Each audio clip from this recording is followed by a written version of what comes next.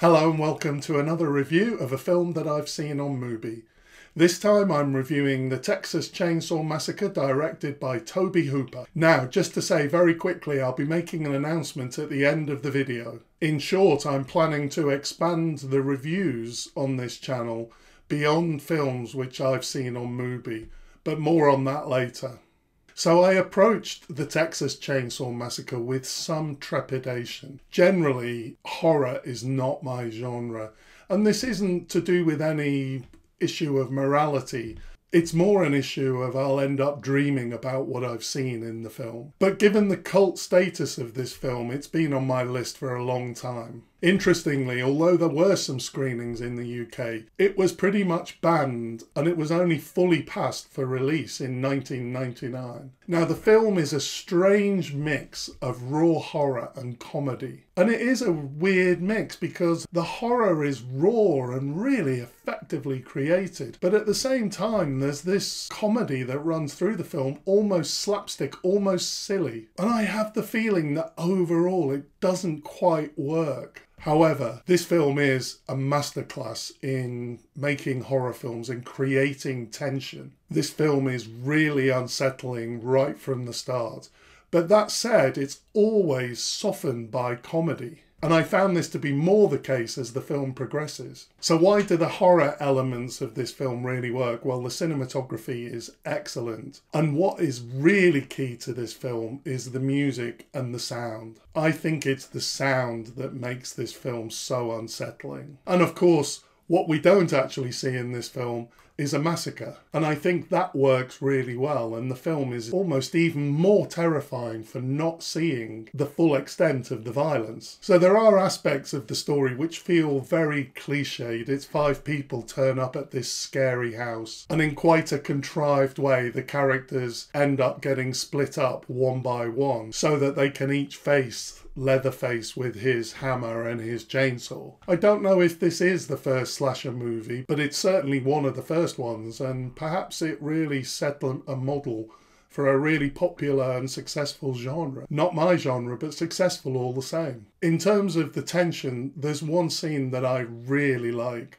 We see one of the people walking into the sunset and it's just beautifully shot. And there's this percussion sound, not really music, which just makes tension and makes it really unsettling. And then we just hear the sound of this generator, which we know is just constantly running outside the house where the atrocities are taking place. I did really like this scene. As to the comedy, there is a long sequence of Leatherface chasing Sally, the final one of the 5 victims, with a chainsaw. And it's kind of hilarious. He's never quite catching her up. It's almost cartoon-like. And this is kind of absurd and slapstick and perhaps even enjoyable in the way that the zombies in The Walking Dead are very enjoyable and satisfying.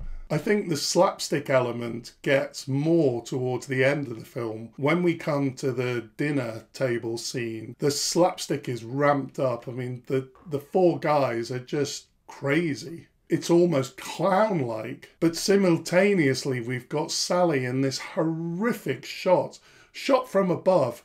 Really effectively, she's tied into a chair which seems to have human arms as part of the chair. And she's got a plate of meat in front of her, which we now, by this time in the film, we know to be human meat. And the camera switches between this kind of comic scene at one end of the table and the horror scene at the other end of the table. And again, for me, this really did soften the violence and the terror of what they're putting Sally through. I must say, it's not that I particularly like this scene. In fact, it's an unpleasant scene, but it does seem to be very original.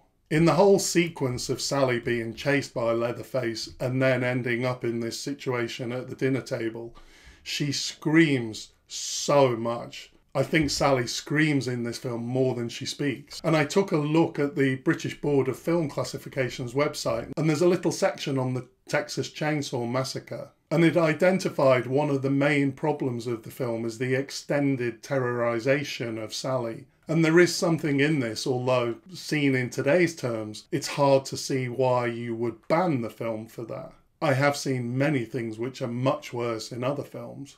Overall, I'm really glad I watched it. I think it's very interesting in terms of the evolution of cinema. But if I'm honest, I don't think it's a great film in itself. Now to the quick announcement. So far on this channel, we've only reviewed films which we've seen on Mubi. And going forward, I've decided that the reviews don't need to be kept to films seen on Mubi. I've realised that many viewers of the channel are not in the UK, and therefore the films that are on Mubi in different countries are not the same films that are on Mubi in the UK. So I'm going to open up the channel to reviews of all art house movies. So many of the films that I'll review I will see on Mubi, but it also allows me to review films I've seen at the cinema when they first come out. There is a question as to how I will define an art house movie.